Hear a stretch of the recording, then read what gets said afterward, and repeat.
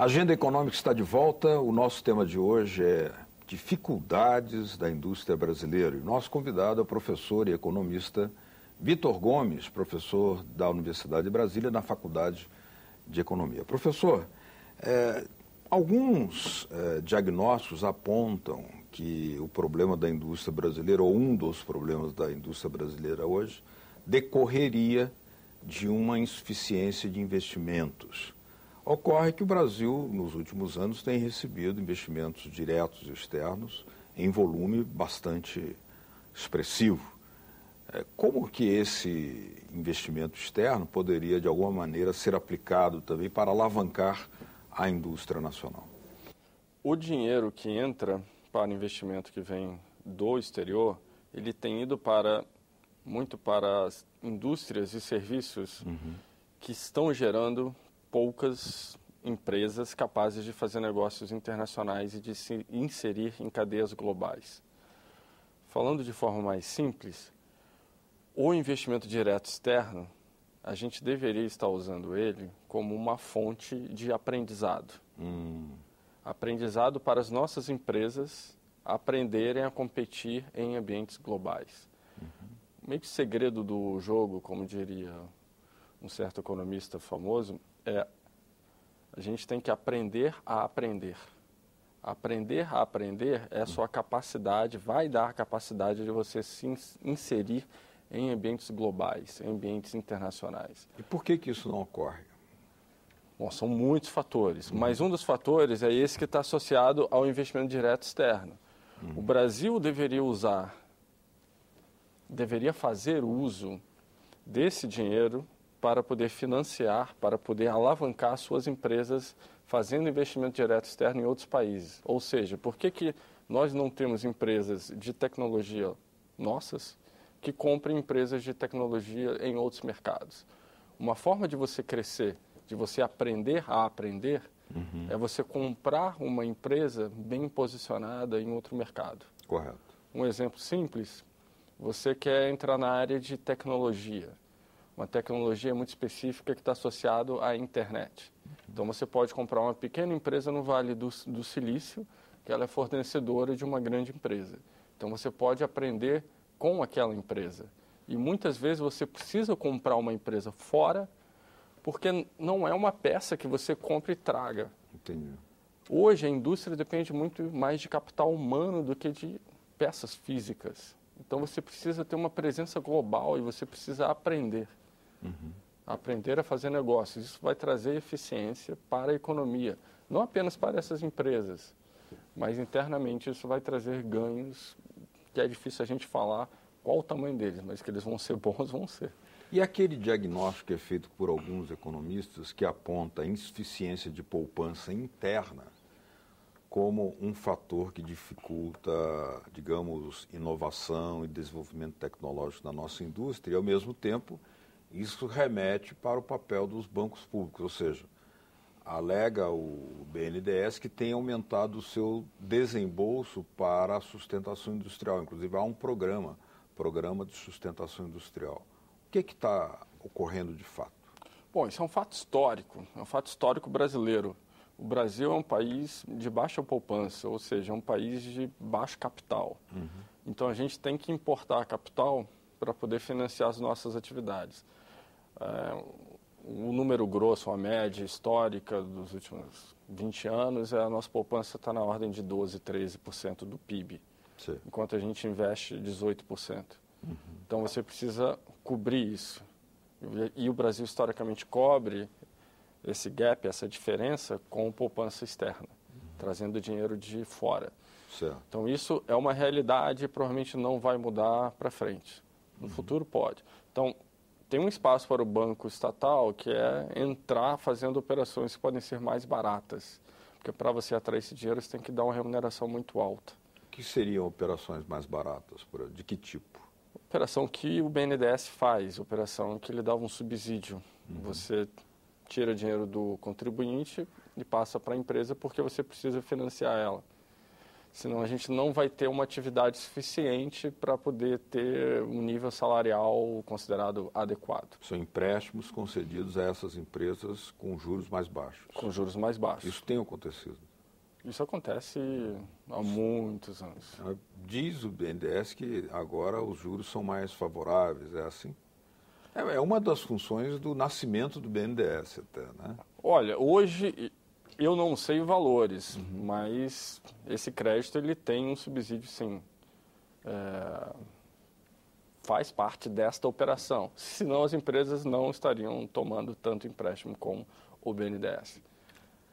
E o grau de investimentos exclusivamente em inovação e tecnologia? Porque aí nós temos aquele problema.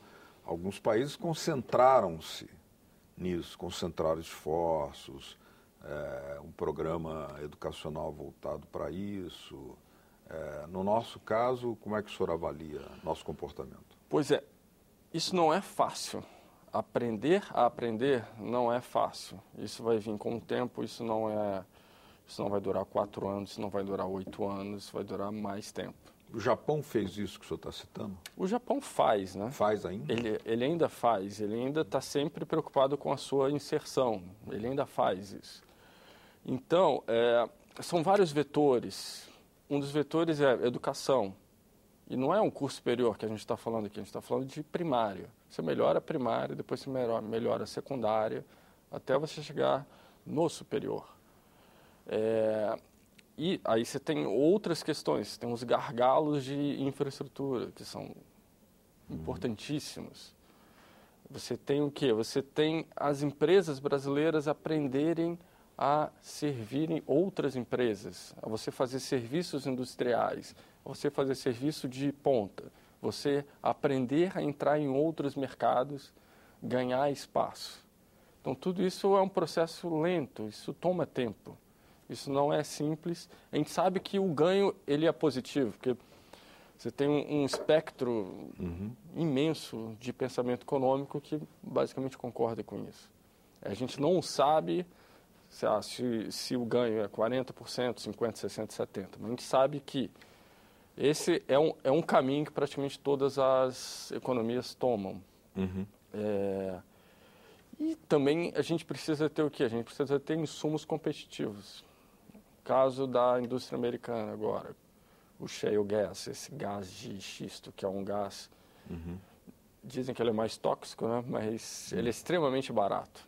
Ele está mudando o perfil de várias indústrias, ele está afetando cotação de petróleo, isso está afetando estratégias internacionais.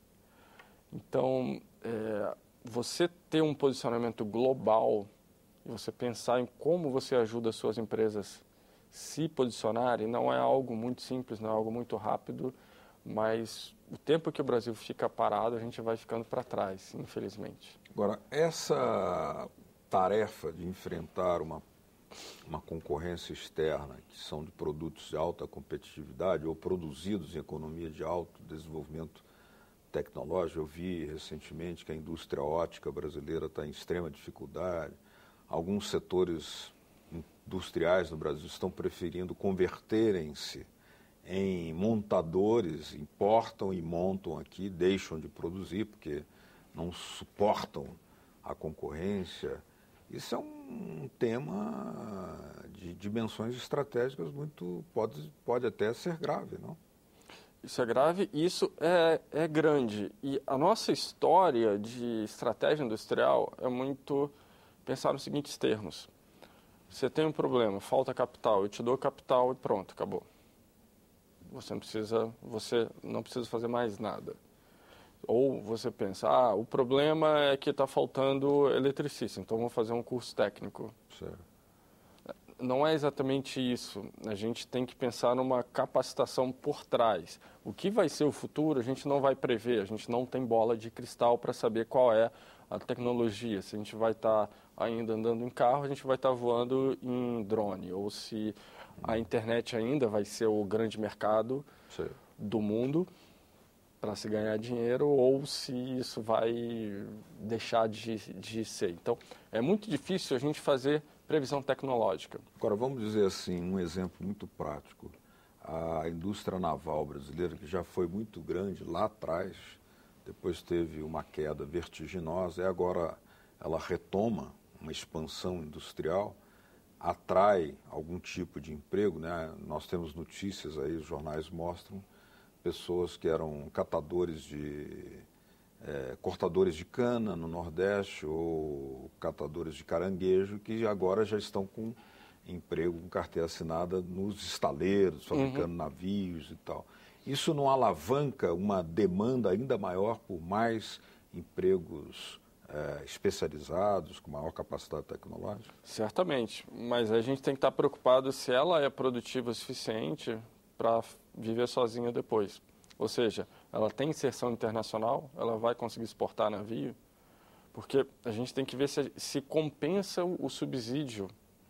Porque se ela não tem capacidade de competição em algum grau internacional, talvez não compense, em termos sociais, você estar sustentando aquela empresa. Mas se for apenas para equipar a nossa capacidade de exportação de produtos, já que o Brasil é um grande exportador de diversos produtos, e com a queda da frota que havia, da frota naval que havia antes, agora a recuperação já por si não justifica? Ela está crescendo com um subsídio doméstico. Você tem um subsídio, de você proíbe importação, você dificulta a importação, você dá um crédito com um subsídio. Então, isso é recurso social. A questão é se vai valer a pena manter esse recurso social.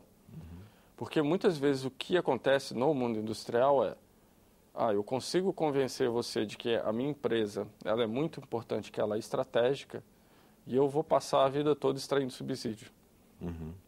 E ela vai crescendo e crescendo com aquele subsídio, e ela passa a ser muito grande e você vai ter dificuldade de mexer com ela depois. Isso é meio história brasileira de alguns setores, né? Hoje a gente tem um setor potencial que vai ser um problema, a gente vai ter que mexer com esse setor. O setor químico. Certo. O setor químico, o Brasil investiu muito dinheiro na indústria química. Infelizmente, com o gás mais barato, os países que usam o gás e não usam nafta, como é o caso brasileiro, eles têm uma vantagem competitiva, mas muito na frente. É muita coisa.